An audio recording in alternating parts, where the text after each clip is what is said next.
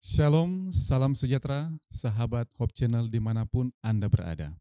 Perkenalkan, nama saya Audi Walangare, melayani di Manado saat ini. Baik, izinkan saat ini saya akan membagikan satu pengalaman ketika saya bekerja di Wamena.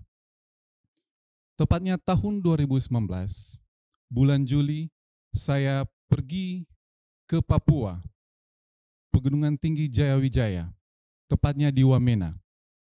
2019 bersama dengan istri dan anak saya yang baru mau 1 tahun. Kami tiba di sana akhir bulan Juli dan saya bekerja sebagai guru di sekolah SMP dan SMA. Jadi kegiatan saya di sana setiap hari mengajar, dan di dalam seminggu juga ada kami melakukan home visit di rumah-rumah siswa, dan rumah-rumah mereka bukan 1 jam, 2 jam, bahkan ada 3 sampai 5 jam kami harus pergi atau home visit ke rumah-rumah siswa ini. Dan itu jalan kaki, kami harus melewati sungai, lembah, bukit, baru tibalah kami di tempat rumah-rumah student kami. Dan bulan September tahun 2019, tepatnya hari Senin, di hari Minggu itu kami pergi ke kota bersama istri dan anak saya. Kami refreshing di sana. Keadaan di kota Wamena itu terlihat normal. Dan sorenya itu kami kembali ke Sogokmo, di tempat kami bekerja di sekolah.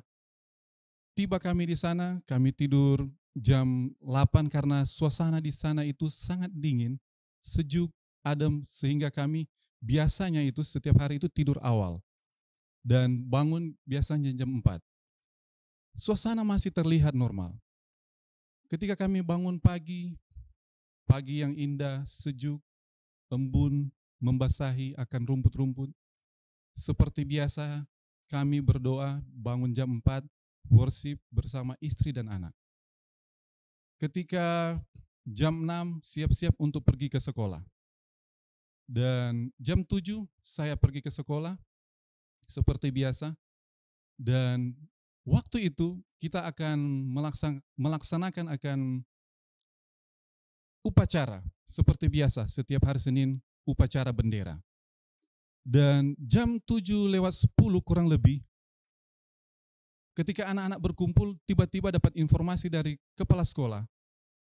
Anak-anak itu disuruh pulang. Saya bertanya, ada apa ini? Disuruh pulang aja mereka. Jadi disuruh pulanglah akan anak-anak ini ke rumah. Dan akhirnya kami berkumpul di ruangan guru, bercerita, kenapa, ada apa ini? Dan kepala sekolah menyampaikan bahwa telah terjadi konflik yang sangat besar di kota Wamena. Sudah terjadi pembakaran yang sangat hebat. Dan benar, waktu itu kami keluar dari sekolah itu dan kami undur ke arah yang lebih tinggi, dataran yang lebih tinggi di belakang sekolah waktu itu, dan kami melihat ke arah kota waktu itu. Sekolah kami kurang lebih 40 menit dari kota untuk menjangkau sekolah kami, dan ketika kami melihat ke arah kota waktu itu, kami lihat di sana bumbungan asap yang sangat tebal di atas kota Wamena dan api kemerah-merahan. Dan saudara, di sana biasa terjadi perang suku di sana, tetapi itu hal yang biasa terjadi di sana. Tetapi ini konflik yang berbeda. Dan waktu itu secara pribadi saya takut, sangat takut. Kenapa? Karena saya bersama-sama dengan istri dan anak saya yang masih kecil. Mungkin secara pribadi saya berpikir saya bisa lari. Tetapi yang membuat saya takut waktu itu adalah anak dan istri saya. Dan waktu itu kurang lebih jam 8 diinstruksikan untuk lari dari sekolah.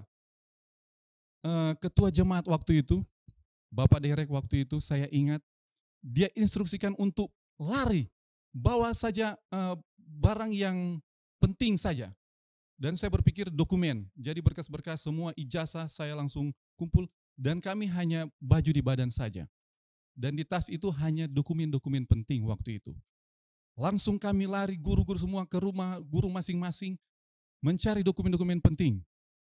Dan akhirnya kami pergi ke satu rumah di Sogokmo itu untuk bersembunyi di sana. Waktu itu kami mau menyeberangi akan jalan, padahal hanya dekat saja untuk ke rumah itu. Kurang lebih 2 jam kami untuk pindah dari sekolah untuk ke rumah itu. Dan akhirnya kami bisa sampai di rumah itu.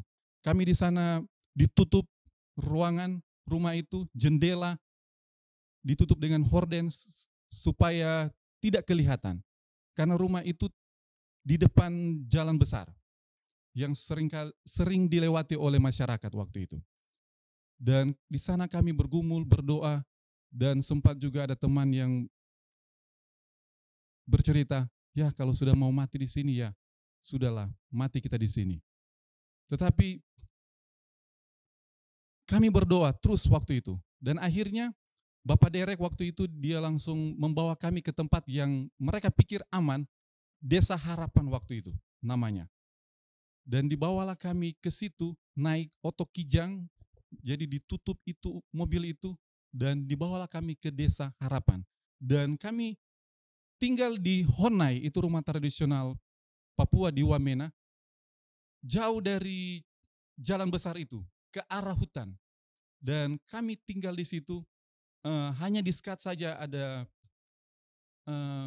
babi-babi di sana, karena mereka piara babi di sana, jadi hanya di sekat saja. Jadi kami tinggal di situ, ada babi-babi di sana. Dan satu malam kami di sana, bergumul di sana, berdoa, berserah kepada Tuhan.